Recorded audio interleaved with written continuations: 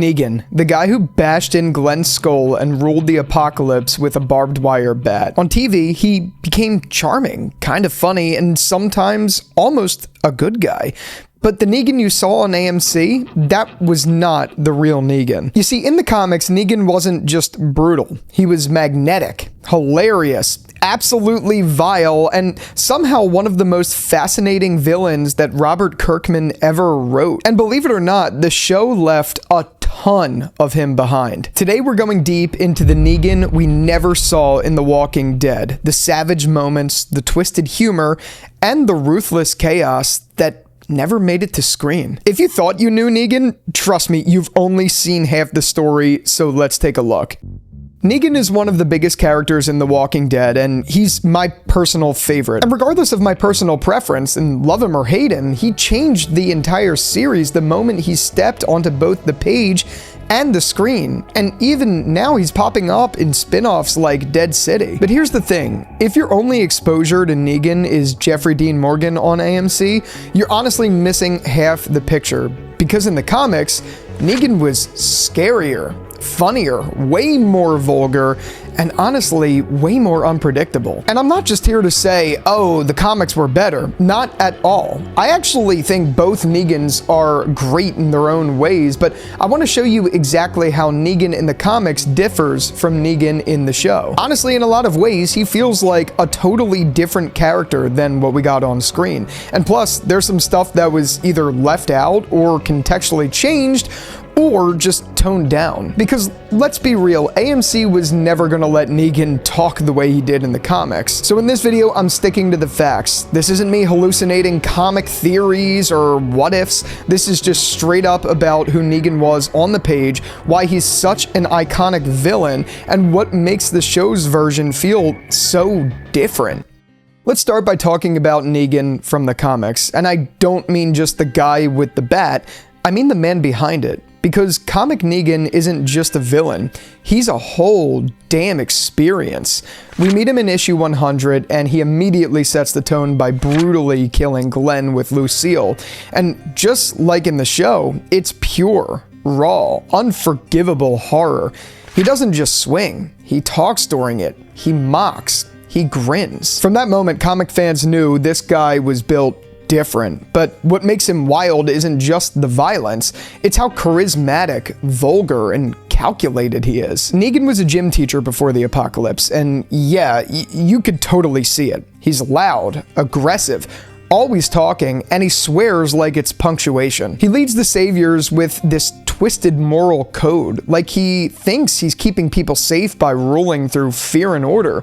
He genuinely believes he's the good guy. And let me tell you, his personality, it's off the charts. Dude's making crass jokes 1 second and straight up killing someone the next. It's like if a stand-up comic and a warlord had a baby and gave it a barbed wire bat or something. And yeah, his bat, it's not just a weapon, it's named Lucille after his dead wife, which we later see in the comic miniseries Here's Negan, which shares a lot of similarities to the season 10 episode of the same name. That series shows us a softer, tragic side of his character. Similar to the show, his wife dies of cancer right as the world collapses. It's heartbreaking, but that moment is what launches him into becoming Negan. So yeah, it's complex. He's not just evil to be evil, he's messed up. He's grieving. He's trying to control a broken world the only way he knows how. And that version of Negan, that is the one that hooked comic readers for nearly a decade. Alright, so now that we know who comic Negan really is, let's talk about the elephant in the apocalypse, I guess not the room. The TV version wasn't nearly as ruthless. Let's start with the obvious. Glenn's death. Both versions hit hard for different reasons. While both are brutal, Glenn was never as heartfelt in the comics as he was in the show, so the weight of the moment came across very differently. On screen, the weight of the moment was much more jarring because Stephen Ewan brought so much life to Glenn's character. In the comics, Glenn was a bit more of a background character, so it freed the scene to be much more unrelenting. Like in the comics, there's no fades to black, no dramatic music. It's raw, it's graphic, and Negan is talking the entire time, cracking more jokes, enjoying the moment more. You could feel the power trip in both versions, but it's on display significantly more in the comics. And as I said, yeah, in the show, it's horrifying, but it still felt like they were trying to soften it somehow. They added Abraham to stretch it out, which didn't happen in the comics, at least in the same way. They gave Negan more dramatic pauses, and they even tried to make it seem like he regretted it, but later on in terms of the show. In the comics, though, he just doesn't regret it. Not in that moment, and not even really throughout the whole story. He thinks it's justified, and he thinks it's necessary. And it's not just that scene. In the comics, Negan ruled the saviors like a dictator. You break a rule, you pay in blood. One of his own men defied him, he burned half the guy's face off, just casually. Yes, these moments did happen in the show, and yeah, he was tough in the show, but there's this constant feeling that they're trying to redeem him just right off the jump. Like, even when he's in full villain mode, there's this underlying charm that makes him more like a quirky anti-hero than a terrifying dictator. In the show, Negan is definitely scary, at least in the beginning, but in the comics, he was just unhinged. You never knew if he was about to shake your hand or cave in your skull. The comics kept you uncomfortable. Every panel he was in, you were tense. But the TV version, you kind of started rooting for him even before you should. And that shift, that's where things really started to feel different. So let's talk about morality, because that's where the gap between comic Negan and TV Negan really just opens up. In the comics, Negan was never painted as a straight-up villain, but he was never a hero either. He existed in this constant moral gray zone where even when he did the right thing, it still felt wrong. Like, for instance, when Negan kills Alpha in the comics, it wasn't redemption, it was strategy. That was him trying to prove his usefulness to Rick, not earning forgiveness at all. And Rick doesn't fully trust him after that. As a matter of fact, no one does. He doesn't get a hero's welcome. He gets cautious side eyes and eventually exile. In the comics, Negan ends his arc in isolation, alone, reflective, and still not really redeemed. He's just left behind. But in the show, the writers worked hard to shove his redemption arc down our throats. They made him feel safe, likable, and even relatable. They gave him witty one-liners, a tragic backstory, and a whole lot of he's changed moments. And it's not that he didn't earn some of it, because he definitely did, but it was so much more intentional in the show. He became a character they really wanted you to root for. And listen, I don't hate redemption arcs, and for those of you who know my channel well, you know Negan is my all-time favorite character in both versions, so I'm definitely not complaining at all. It's just the comics approach, it hits so different. It said some people don't get a redemption arc. Some people just live with what they've done, and that's what made comic Negan feel just so damn real. The show made Negan likable. The comics made him complicated, and there's a big difference between those two. Let's be real, Negan's mouth is like 40% of what made him iconic in the comics. I mean, the man swore like it was his job. His dialogue was filthy, creative, and absolutely hilarious in the most messed up way.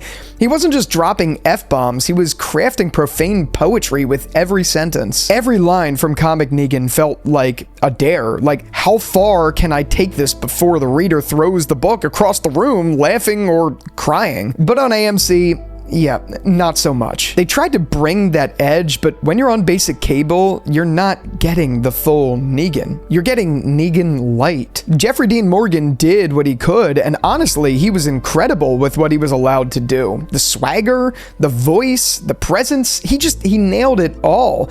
But without the unfiltered batshit banter, it's just hands down not the same character. Comic Negan kept everyone, readers and characters, constantly off balance. Like, you never knew if his sentence was going to be a punchline or a death threat, but TV Negan, he became sage, predictable, almost charming in some messed up sort of way. Let me put it this way, comic Negan would have gotten The Walking Dead canceled if he ever showed up in full, and honestly, that's kind of the point, and especially why it sucks is that a cable television network is the one that picked up the show, because they couldn't let him be wild, so they had to clean him up and censor speech, soften the edges, and somewhere in the process, they lost some of the magic.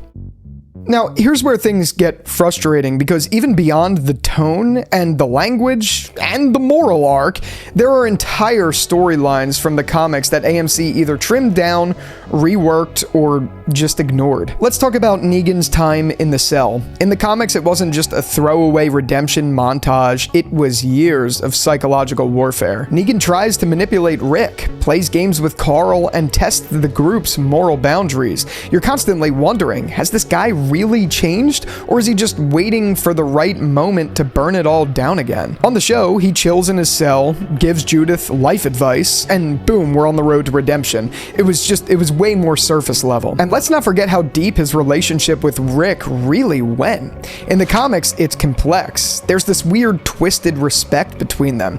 They don't trust each other, but there's a mutual understanding that they're two sides of the same coin. That was such a missed opportunity. Imagine the dynamic we could have gotten if AMC let Rick and Negan really go toe-to-toe. Not just with bats and guns, but with ideology. Then there's the Whisperer War, where Negan straight up murders Alpha and still doesn't fully get accepted back into the group. The comics let him walk this tightrope where he's always one step away from falling back into the villain role. The show practically handed him a good guy badge after one mission. And look, I get it, pacing, network limits, character arcs, all that stuff, but there was just gold in those pages, especially in the conversations with Carl that we never got to see. AMC just barely scratched the surface. So why does all this matter? Why spend so much time talking about a character from a comic that ended years ago? Because Negan's story isn't just about shock value or charisma. It's about consequences, about what power does to a person. In the comics, he wasn't meant to be someone you forgive. He was meant to make you uncomfortable, to make you question the line between hero and villain. That version of Negan, the raw, manipulative, vulgar, emotionally messed up Negan, was one of the most complex characters Robert Kirkman ever wrote. And when they adapted into TV, they kind of played it safe. They sanded off the rough edges. They made him palatable. And in doing that, they lost the character that fans feared and loved at the same time. Now, don't get me wrong, and as I mentioned, Jeffrey Dean Morgan killed it. He brought something new to the table, and for what they were going for, it worked. But if you never read the comics, you never met the real Negan, and trust me, he's unforgettable.